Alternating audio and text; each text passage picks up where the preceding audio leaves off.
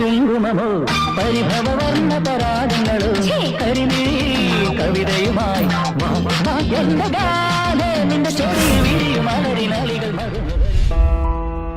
കേറിക്കോ കേറിക്കോ. അർജുൻ, രാജേഷ്, അശ്വിൻ, അമലേന്ദു, ശ്രാവൺ, കിരൺ, അഷ്റഫ്, ആകാശ്, പവിത്ര. ഞാൻ വിളിച്ചോളാം.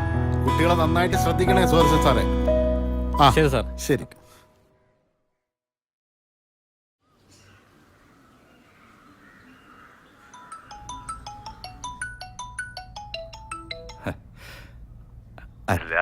ഹലോ, ഞാനാ. ഒരു വിവരവും ഇല്ലല്ലോ.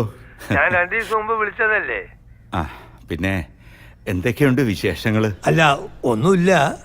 എന്ത് പറ്റി മാധവ?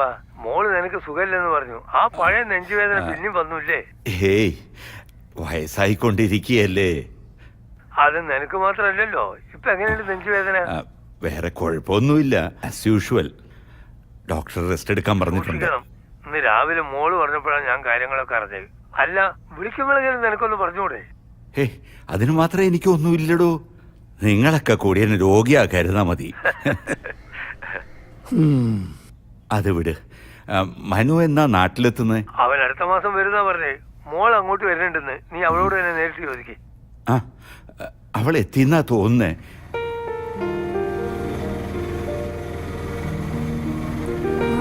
മതി മതി, ഇവിടെ തന്നെ.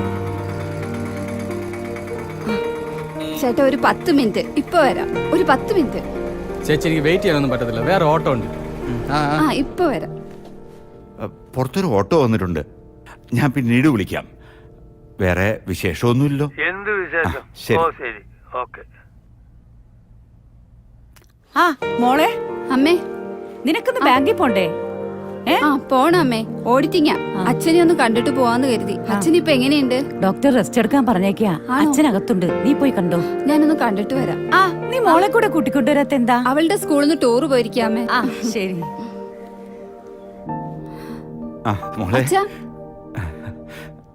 അയ്യോ, അച്ഛന്റെ കണ്ണിന് ഇത് എന്തു പറ്റി? ഇതൊന്നുമില്ല മോളെ.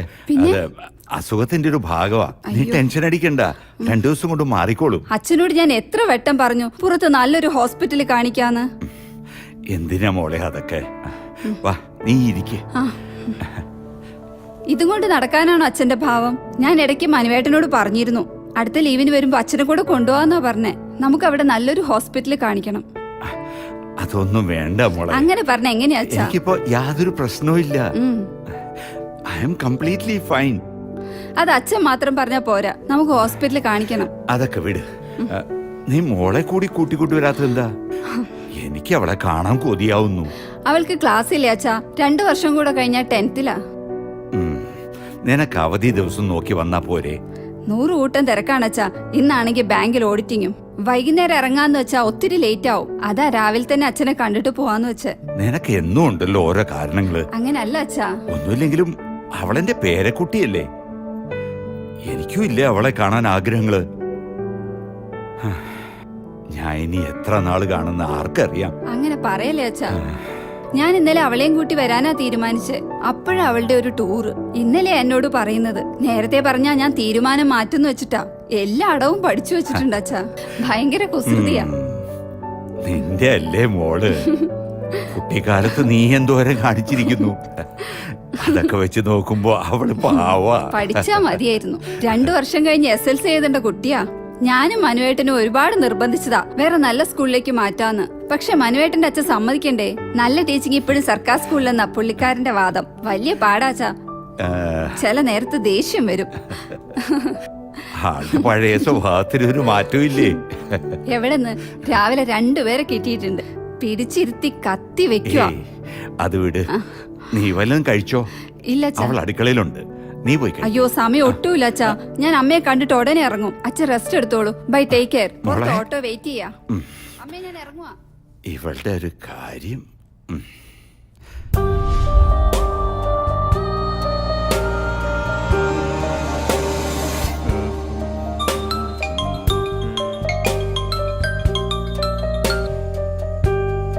ഹലോ ഹലോ കേശവൻ സാറല്ലേ? ഞാൻ സാറിന്റെ വലിയൊരു ആരാധകനാ. ആരാ സംസാരിക്കുന്നത്? ഞാൻ ആരാണെന്ന് പറഞ്ഞ പിന്നെ കഥ തീർന്നില്ലേ സാറേ? തൽക്കാലം സാർ അറിയേണ്ട ഒരു കാര്യം ഞാൻ പറയാം. സാറിന് വളരെ വിലപ്പെട്ട ഒന്ന് എന്റെ കയ്യിൽ ഭദ്രമായിട്ടുണ്ട്. നിങ്ങൾ ആരാണ്? നിങ്ങൾക്ക് എന്താ വേണ്ടത്? സാറിന്റെ പേരക്കുട്ടിയുടെ സ്കൂളിൽ നിന്നും ഇന്ന് ടൂർ പോയിരുന്നില്ലേ? ആ പോയ ബസ് ഞങ്ങളൊന്ന് ഹൈജാക്ക് ചെയ്തു. അപ്പോഴാ അറിയുന്നത് സാറിന്റെ പേരക്കുട്ടി അതിലുണ്ടെന്ന്.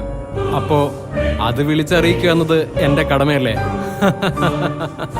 ഒന്നുമില്ലേലും ഞാൻ സാറിന്റെ ആരാധകനല്ലേ? നിങ്ങൾ ആളെ കളിയാക്കാണോ?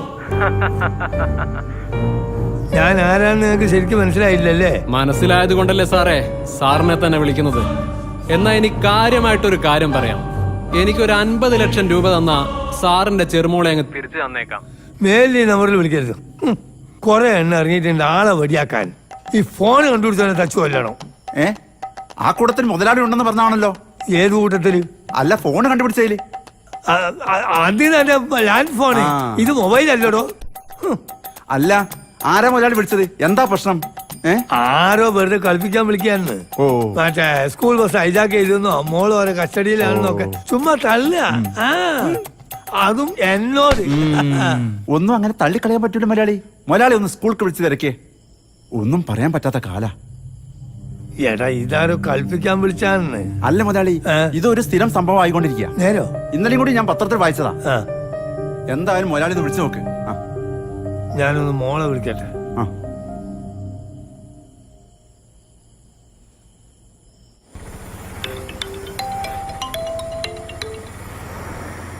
ഹലോ. ആ പറയണ അച്ഛാ. ഹലോ, മോളെ എത്തിയോ? ഇല്ല, ഞാൻ വന്നോണ്ടിരിക്ക. ബാങ്കിൽ എത്തിയപ്പോ താമസിച്ചു. അതാ. പിന്നെ താമസിച്ചാലെങ്ങനെ? അത് പോകുന്ന വഴിക്ക് വീട്ടിലൊന്ന് കേറിയായിരുന്നു. അതാ താമസിച്ചെ. പിന്നെ മോളെ, നീ ആ സ്കൂളിലെ നമ്പർ തന്നാട്ടെ. എന്തിനാ അച്ഛാ സ്കൂളിലെ നമ്പര്? ഒന്നുമില്ല, അവരെത്തുന്ന സമയം ഒന്ന് വിളിച്ച് കൺഫേം ചെയ്യാനാ. അതാ ഹോളിലെ ഷെൽഫിൽ ഒരു ഡയറി ഇരിപ്പുണ്ട് അച്ഛാ, അതിലുണ്ട്. മമ്മതെ, ഈ ആ സെൽഫിൽ എന്റെ ഡയറി ഇങ്ങോട്ട് എടുത്താട്ടെ. പടച്ചവൻ.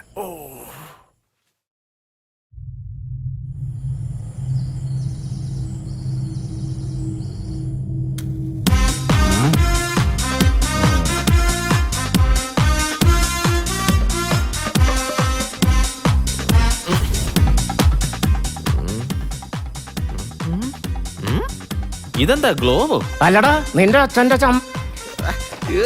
എന്നെ എന്തിനാടാ കെട്ടിയിട്ട്? ഞാൻ പോലീസാടാ. നീ എന്തിനാ എന്നെ അടിച്ചത്? കള്ളം പറയില്ല ചേട്ടാ. കുളം പറയാനെങ്കിലും പോലീസിൽ മണ്ടൻ. നിനക്ക് ഞാൻ പുറത്തിറങ്ങിയിട്ട് കാണിച്ചിടാടാ.